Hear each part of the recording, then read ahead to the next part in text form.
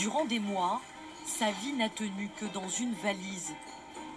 Il y a 8 ans, Ngariba montait de Lyon à Paris pour finir ses études, écume les sites des agences immobilières pour trouver un logement. Sa recherche prend du temps, beaucoup de temps. Jusqu'à ce jour de 2009 où un échange avec une agence semble confirmer le pressentiment de ce Français d'origine mauritanienne. Tout était bon, je suis passé, j'ai déposé le dossier le matin. On me dit oui, il y a une visite à telle heure. Mais quand j'arrive, on me dit que non, il n'y a pas d'appartement. J'ai dit non, mais il y a une erreur. Je viens de parler avec un certain Martin qui était là ce matin, je l'ai vu, je l'ai déposé mon dossier et tout. Tout était OK pour visiter, il reste plus que la visite. Il n'y a plus d'appartement, il s'est volatilisé. Pourtant, à l'époque, Ngariba a déjà tout du candidat idéal. Futur avocat, il possède une convention de stage et dispose d'un garant. Le problème se pose souvent, c'est lorsqu'on se présente ou lorsqu'on appelle déjà d'entrée, on sait tout de suite que vous êtes d'une certaine origine, à l'accent déjà. Ngariba trouvera finalement une chambre en colocation chez un ami. Son cas n'est malheureusement pas isolé. Il y a quelques semaines, une agence de Seine-Saint-Denis a été pointée du doigt après la publication sur les réseaux sociaux d'une annonce raciste. Attention, important pour la sélection des locataires, nationalité française obligatoire, pas de noirs, immeuble avec des policiers uniquement. Déjà au début des années 2000, les plaintes et actions en justice contre des professionnels aux pratiques douteuses se sont multipliées. Nous avons voulu enquêter. En 2017, les agences immobilières font-elles de la sélection selon l'origine des candidats à la location? Pour y répondre, nous nous sommes fait passer pour un propriétaire qui cherche à mettre son bien en location. Mon épouse et moi, on va bientôt hériter d'un bien qu'on souhaiterait mettre en location. Équipés d'une caméra cachée, nous avons testé une douzaine d'enseignes indépendantes ou franchisées dans le centre, l'ouest et le nord de Paris. Lors de nos rendez-vous, nous affichons des critères clairement racistes. J'ai des expériences d'amis qui ont eu des mauvais exemples avec des personnes d'origine étrangère, donc j'ai pas envie non plus. Sur ces 12 agences, nous avons droit à un seul rappel des critères de sélection des dossiers. De sélection de dossier, vous voulez dire? Ouais. On peut pas, donc, si vous n'êtes pas venu à voir les locataires, vous n'allez pas pouvoir tellement trancher. Mais il faut effectivement... Vous pouvez trancher pour nous. Enfin, dans ce cas-là, le réseau, il tranche quand même pour les gens. Je veux dire par rapport à la solvabilité, mais oui. Il n'y a pas tellement de critères humains. D'accord. Ce sera donc un refus de notre bien pour cet agent immobilier. Si une majorité ne manifeste pas de réaction face à la demande discriminatoire, pour certains, c'est presque une évidence. J'ai pas envie de personnes d'origine étrangère, voilà. Donc, ouais, je sais pas si c'est quelque chose que... Ça dépend des quartiers. Si vous êtes dans les agences du 7e de Boulogne, oui, vous n'avez pas besoin de dire le mot, il y a une certaine population qui ne verrait jamais dans les appartements. Ça, c'est la base. Quand on voit les noms, déjà, ouais. C'est la base. Ouais.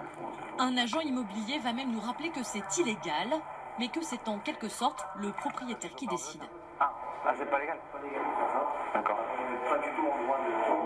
Mais vous le faites, quand même. Mais... Parce qu'on travaille avec des propriétaires qui, malheureusement... C'est eux qui nous donnent à manger, entre guillemets. Les auteurs de discrimination sont passibles d'une peine pouvant atteindre 45 000 € d'amende et 3 ans de prison. Depuis août 2015, tous les agents sont tenus de respecter un code de déontologie imposé par la loi Allure. Ces caméras cachées, nous avons décidé de les montrer à celui qui, depuis plus de 15 ans, est devenu le cauchemar de nombreuses enseignes immobilières. Cet homme, c'est Samuel Thomas. Au début des années 2000, sous l'égide de SOS Racisme, il a été le premier à instaurer le testing pour apporter la preuve des discriminations dont étaient victimes des candidats à la location. Ce combat, il le poursuit aujourd'hui au sein de la Maison des Potes.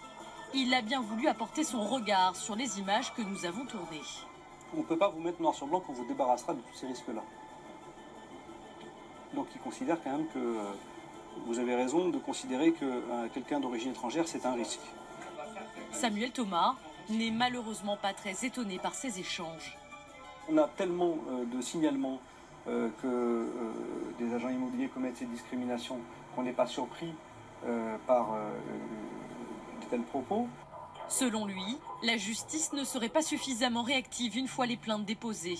Sans sanction sévère et significative, finalement, ils pensent tous qu'ils vont passer entre les gouttes et ils vont pouvoir continuer à discriminer sans être attrapés. L'un des garde-fous de la profession, c'est le label FNAIM, la Fédération nationale de l'immobilier qui fixe des règles au secteur.